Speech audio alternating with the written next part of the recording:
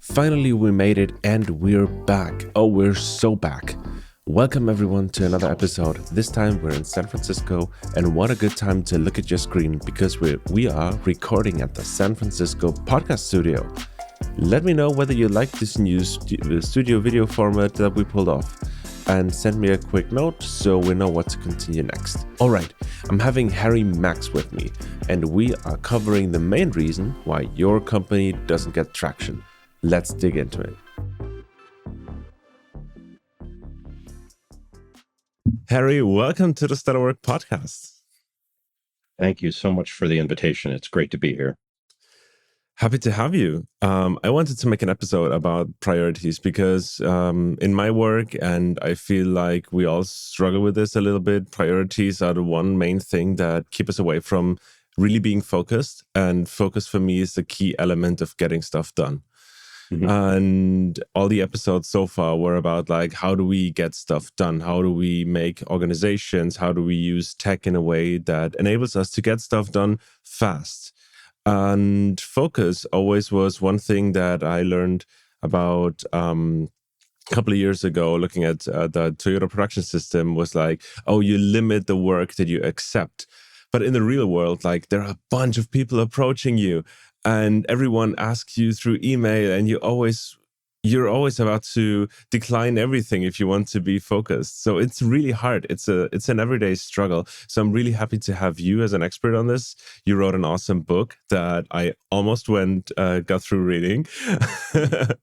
I'm almost there. And yes, let's make a cool episode about prioritization. I'm looking forward to it. It's a topic that's become near and dear to my heart. I wanted to start this episode with asking you, how do you got into the topic? Because it's a bit of a meta topic, and I assume there must be a story behind it. Interestingly, I was giving talks on creative problem solving and diagnostic thinking. I had done a TEDx talk. I had given talks at South by Southwest. I gave talks at a number of fairly large companies, one of which was at the Innovation Game Summit with Luke Holman, who wrote the intro to my book. Who was also on the podcast, link in the show notes. Awesome. Yeah, and he is a true master. And the talk that I was giving was fascinating to me. It was so crucial to understand how to develop intervention strategies for problems that weren't necessarily solvable. Some people call them wicked problems. And I gave this talk, I don't know, half a dozen times, and all of the hands went up at the end of the talk. The questions that came in revolved around prioritization, which was something that I touched on in the talk, but not a topic that was central to what I was speaking on. And as a guy who spends a lot of time in product design and development leadership, it occurred to me that that was a demand signal, an underserved or unmet need in the topic of prioritization. And at the time, I was on the strategic advisory board of Rosenfeld Media, a publishing company. And I called Lou Rosenfeld, the publisher, and I said, Lou, I've had this very strange experience. It looks to me like there aren't any books that are solely dedicated to the topic of prioritization. And he said, that's impossible. It's such a fundamental topic. And I said, well, I found 212 books that talk about how important it is, but I found absolutely none that tell you how to do it. And he went off and did his own investigation, and he came back and he said, by gosh, you're right. There are no books that actually demystify the topic of prioritization holistically for individuals, teams, and organizations. And he said, you should write that book. Why do you think it is that way? Is it because it's such a context-specific meta topic, or why aren't there more books about this? Well, now that I've written the book, I can tell you there are a bunch of reasons. Number one, we think we're good at it as human beings, but it turns out we're good at it in simple static environments. And the more dynamic the environment gets, and the more and the larger it gets, the more complicated it becomes, and the less we realize that we know about it. And you're probably familiar with the Dunning-Kruger effect. And what happens is we actually don't have the skill or the competency to realize that we don't actually know how to prioritize effectively. So we all think we're better at it. That's one. Two, the learning loop is broken. That is to say, prioritization failures don't show up as prioritization problems. Prioritization failures tend to look like execution failures or strategy failures. And so when there's a problem, we don't often go all the way back upstream to the place that we've done the prioritization and look at what our process was for prioritizing and then connect that to the outcomes that we either have missed or failed to achieve. And then finally, the topic, it's a little bit like decision making in that it's a very broad meta topic, and to write about it is a very tricky task because you have to take a perspective, and there isn't an intrinsically obvious perspective to take. And so it took me realizing that I was going to have to explain the topic through my own journey of learning prioritization to communicate it to people. And I think that's why it's really been very elusive as a topic from a book point of view. Your second point really hit home hard because when I started my company last year, and I'm still operating in this, and that's also when I wanted to finish the book, and I also wanted to talk to you because when I started a company, I had this mentality of always like trying everything, like giving my best. So everything that came up to me, like any opportunity, anything that I could jump on, I would go, yes, let's do it. And the end result was that the number of hours I could get some sleep in, the number of hours, like everything on like besides work, was very determined by the number of yes that I said, the number of times I agreed to do something throughout the day. So I was really like just doing everything and ending up doing everything in a very mediocre way because the calendar was just overflown with stuff. Everything was just cramped in. And I felt like, oh, I get everything done somehow. So I really felt that I'm good at prioritizing stuff, right? I'm good at setting goals and achieving them. But actually, what I did is deliver like a very mediocre quality. And I was always like thinking that it's an execution error, just like you said. Like, I'm just not good at this. When in fact, I had very oddly set my priorities to do everything. And the result of it was that my capacities didn't really match my plans.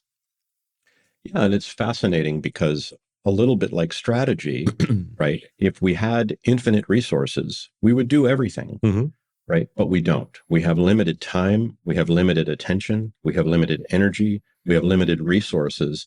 And therefore, in order to do our best work, in order to be our most effective, we have to know what matters most. We have to align who we are with what we're passionate about, with what we're capable of doing, with what we're trying to accomplish.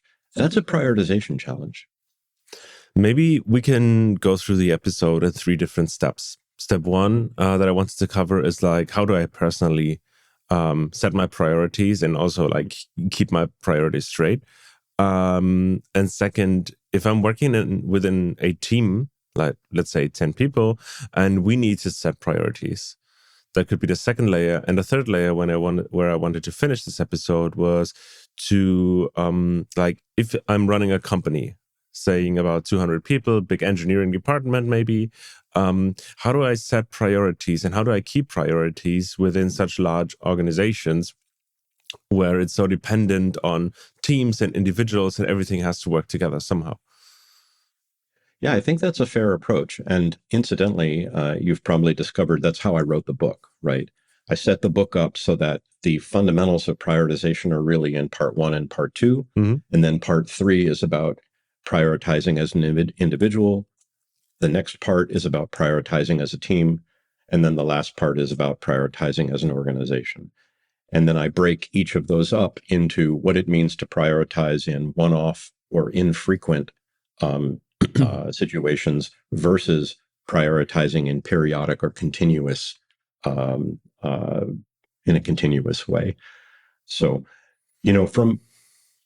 I think if you take a step back, one of the most, I think, important concepts in the book, and I draw on this concept largely from the work that Jocko Willink and Leif Babin brought forward in their book, Extreme Ownership, is you really have to start with self, right? It is decidedly unhelpful to tell other people they need to get their priorities straight, right? The most important thing you can do is understand what's important to you and what's less important to you, and work on your own prioritization process and getting your own priorities straight. And so from a personal point of view, I think simplifying the process down to three things and turning it into a routine that you can execute daily if possible, certainly regularly, and absolutely weekly, into some kind of periodic process involves staying keenly attuned to what it is that you're avoiding that's really critical. Two, what it is that has a very high cost of delay, Mm-hmm. and I'll explain that more in a moment.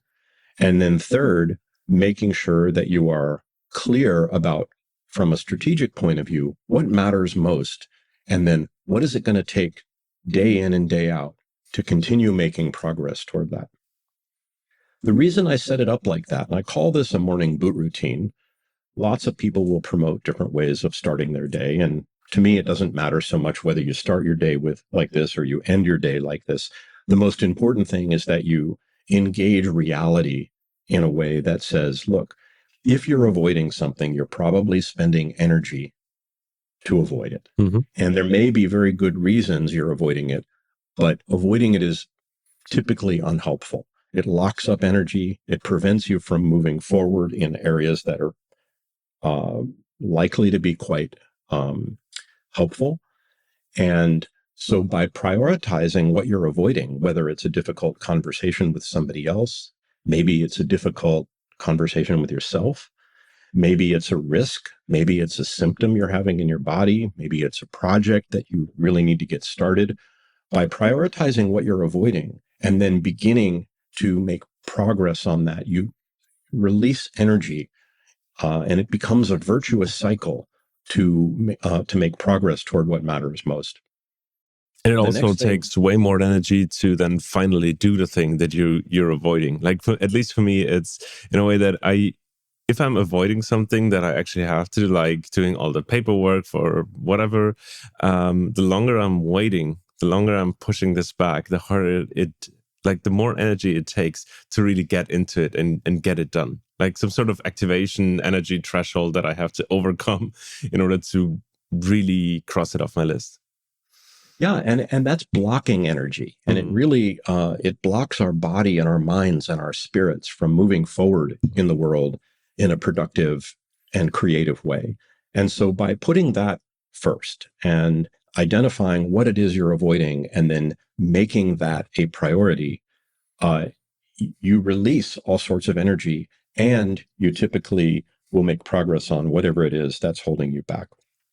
The second thing, as I mentioned a minute ago, is pinpointing what has the highest cost of delay, Mm-hmm. right? I'm a terrible procrastinator, right? I will put off buying plane tickets and making commitments to get a hotel. It's horrible, right? Except what happens is that the longer I wait, the more expensive the tickets get. And sometimes I can't get the hotel room I want. Sometimes the whole trip becomes something I have to put off until later. And so by understanding what has a high cost of delay, that is, the longer you delay, the higher the cost, Mm-hmm. then focusing on that thing that's preventing you from getting what you want by picking off that thing with the highest cost of delay, once again, it releases energy and helps you move forward in a way that becomes a virtuous cycle. And then the real magic is in paying attention to what longer term strategic or important project or whatever your goal is, and breaking that down into the next very specific thing that you can do to nudge that forward. And it doesn't have to be very big. And make a commitment to yourself, usually by putting it on your calendar, maybe just for 15 minutes, maybe for a half an hour. Okay, maybe it's a 4-hour block, whatever it's going to be. But really, the next most crucial step to move that forward and then activate on those three things that I've just said, I can typically, for myself at this point, roll through that in about a half an hour every day, which means that I can accomplish writing a book. It means that I can record my own podcast. It means that I can start my own business. It means that I can attend to my family and friends. It means that I can work on my personal projects. And I will tell you, a lot of stuff doesn't get done, but those things are less important to me. I can totally see how this is working out in your or in my environment where we are self-employed or we run our own business, have our own project set up and everything. But if you're like in a 9-to-5 job and you have like two small kids at home or maybe a baby at home, I can see how this gets really, really hard because you make up your mind at the start of your day, but then kindergarten calls, your child is sick, your boss yells about targets that you didn't hit, right? And you still have to keep those priorities somehow. So I find it really hard to think about that average family person on a 9-to-5 job to really embody that in a daily workflow and then also keep it throughout the day. Do you have any tips on how to do that? Well, first off, I really empathize with what you're saying because that's real life, right? But I'll tell you, it's a lot harder if you don't know what's most important. Sure. Because what that means is that you're going to be expending energy on things that are going to have less of an impact. And so when my life gets crazy, typically what I'll do is I'll focus on the thing I'm avoiding only, right? And once I get through that, then I'm like, oh my God, is there something that has a high cost of delay? It doesn't have to be in my work life. It might be in my family, my personal life. And then I'll do that. And maybe I won't get to the thing that has a strategic impact, right? But if I'm focusing on the thing that I'm avoiding, and I am intentionally ensuring that I have a pinpoint attention on the thing that has the highest cost of delay, I'm much more likely to be able to stay in control of the timeline in my life. And if I do get knocked off course, and I will, right? Someone will yell at me. I'll get pulled over by a cop for a ticket. I won't, something will happen that I'll get disrupted. What it does is it allows me to get back to the things that matter most very quickly, right? And rather than getting swept up in the maelstrom, the storm of real life, I will be able to at least keep going on the things that are most important. Yeah. Another topic that I wanted to stress is if you're within a team of people and you sort of all have to align on certain priorities, or if you're leading a team and you have to set those priorities, how do you do this in a way that keeps people engaged and focused, but also sort of gets their buy-in on those priorities? Because I would assume that this is also super important, that to not just blindly follow other priorities where you're not agreeing with. So what tips do you have for like team members, but also for leaders of teams who are responsible for setting priorities on their teams? Yeah, and it gets tricky here, right? And this comes back to some of what we talked about early on, which is why no one up to this point wrote a book on prioritization. And that's because at the team level, prioritization is much better understood because you're in the context of a discipline, whether it's construction or emergency response, aerospace engineering, oil and gas, whatever it happens to be. And so there are typically techniques and methods that exist for teams that apply directly to the discipline that you're in and the type of team that you're on. And so that's a place where it is the tip is it's so important to make sure that people buy into the process. It's far more important, in my opinion, that people buy into the process than that you get the priorities right. Because if people buy into the process and they contribute and they feel heard, they're much more likely to go along with an outcome that is not necessarily something they agree with, but they feel like they've participated in the process of getting to. And so I think that's far more important to me than uh, getting the right process, using the right technique, Hmm. picking the right framework, or trying to tell people what their priorities are.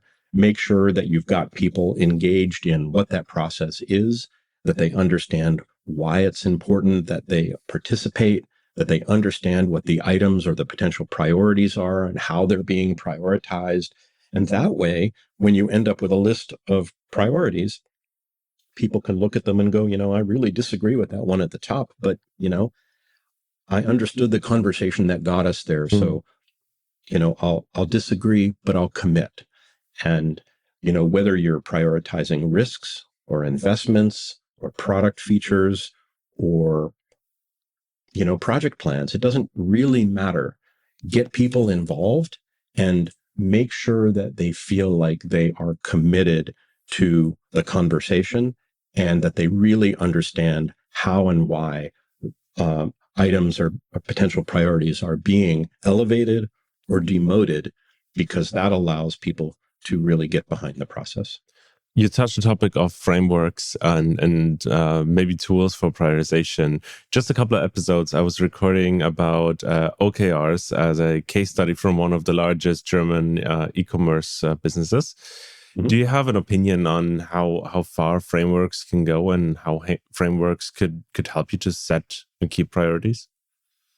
Sure. I mean, I spend a lot of time on this in the book, but the idea is that a framework is a visual tool that gives you, at least by my definition, a framework is a visual tool that gives you a way to develop a sense of common understanding about the dimensions that something becomes more versus less important, versus something like a sorting technique in a spreadsheet, or versus a marketplace simulation that you might use that allows you to make trade-offs using game mechanics, for Hmm. example.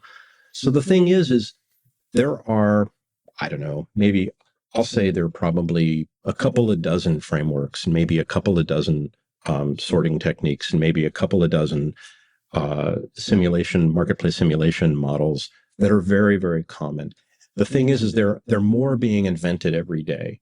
And so what's far more important than which tool you pick, which sorting technique or which framework you choose, is that people feel like they understand why you're using the method that you're using and that they feel like they can contribute to the conversation. And uh, at the end of the day, what you're really trying to do is take items, which are potential priorities, and evaluate them against other potential priorities in a way that makes sense. And facilitating that conversation is often easier if Hmm. you do it in a visual framework. Hmm. Yeah. But when the number of priorities or the number of potential priorities starts to get large, frameworks sometimes become a little unwieldy, but it's a great place to start. And sometimes it's easier to move a large number of potential priorities into some kind of sorting technique, whether it's done in a purpose-built tool or whether it's done in a spreadsheet. But I like to start with frameworks because I think it's a great place to get the conversation going and Hmm. get people to debate what matters more versus what matters less. Yeah. And you also mentioned that it's important to also have that bottom up energy when it comes to like the participation of the team when it comes to setting priorities. And I wonder how managers do that when their organization is a couple of hundred people. I feel that's kind of a big thing to really engage with everyone individually. Almost important, probably. Almost impossible, probably. But what tips and techniques do you see on setting priorities and also like keeping priorities when it comes to very large organizations that operate across different countries or maybe different time zones to bring everyone on board on the process? Yeah, I think there are a couple of ways to think about this. First and foremost is to make sure that leadership is on the same page, right? And often in an organization, leadership is not on the same page. So when you And say if you on the can, same page, you mean like they are like they aligned themselves on a set of priorities? well, at least on a set of values and Hmm. possibly on a set of high level goals and certainly on a strategy. And if you can do that, the next thing that you've got to do is uh, get the executive leadership to agree on the criteria that they're using for evaluating priorities. It's more important to get them to agree on the criteria and on the relative value of each criterion than it is for them to debate one project over Mm. another. And the last chapter of my book addresses a method called AHP, the analytic hierarchy process, which does just that and is a very powerful method for helping leaders get on the same page about what it is their convictions, how their convictions line up with their particular functional areas and the kind of investments that they might want to make. If you can get your executives on roughly the same page, the rest of the process flows a lot easier. Uh, but leaving that aside for a minute, another technique that is discussed in the book is the notion of catchball, which is at any level in the organization, if you have a lot of conviction about what's most important, making sure you have enough time to communicate it down to the next level and get feedback so that you can roll it back up becomes that engagement process so that people feel like they're being heard and they're Mm. being considered. Because the lower you get in the organization, so to speak, the closer you're going to get to customers, partners, suppliers. You're going to be communicating with what you might characterize as the edges of the network where the actual interaction with the real world is happening. And those people have a very nuanced sense of what's important and what's not important. And so it's important, I think, from a prioritization point of view, if you have team leads or managers of managers or directors, that what you're doing is connecting the top and the bottom and not necessarily on all the specific priorities, but at least on the criteria that you're using for evaluating priorities so that if you have a small, very granular priority at the bottom, that it actually connects to the thing at the top. And OKRs are a great example of that, right? The most effective OKRs cascade from a strategy, from leadership convictions to a strategy, to a set of overarching goals, to a set of functional goals, to a set of objectives, to a set of OKRs, right? And the greater alignment you have with that, the more your company is going to look like Apple or Amazon or uh, name your favorite company. Mhm. Uh, and the less it's going to look like companies that are no longer here that couldn't figure out how to do that. Yeah. One thing that I always see when I'm working with like C-level executives is that they have this kind of not bizarre, but bizarre situation where they sort of do trade-offs, like you get this, I get that, you get your project here, but I need to get my project over there. And it's not really following an overall strategy or vision for the company. It's more like you get your little sandbox here and I get to keep my little playground here. So what is your tip on really escaping that kind of trap? So that's we call that horse trading. Mhm. And that's when people are trading their pet projects for other pet projects or what it is they think are most important. And that's precisely what chapters 12 and 13 in my book address, right? Which is how do you get executives on the same page by having them show up and communicate what criteria they're using for evaluating projects. Because if you can get them to agree on the evaluation criteria, and by evaluation criteria, I mean a dimension of what's most important.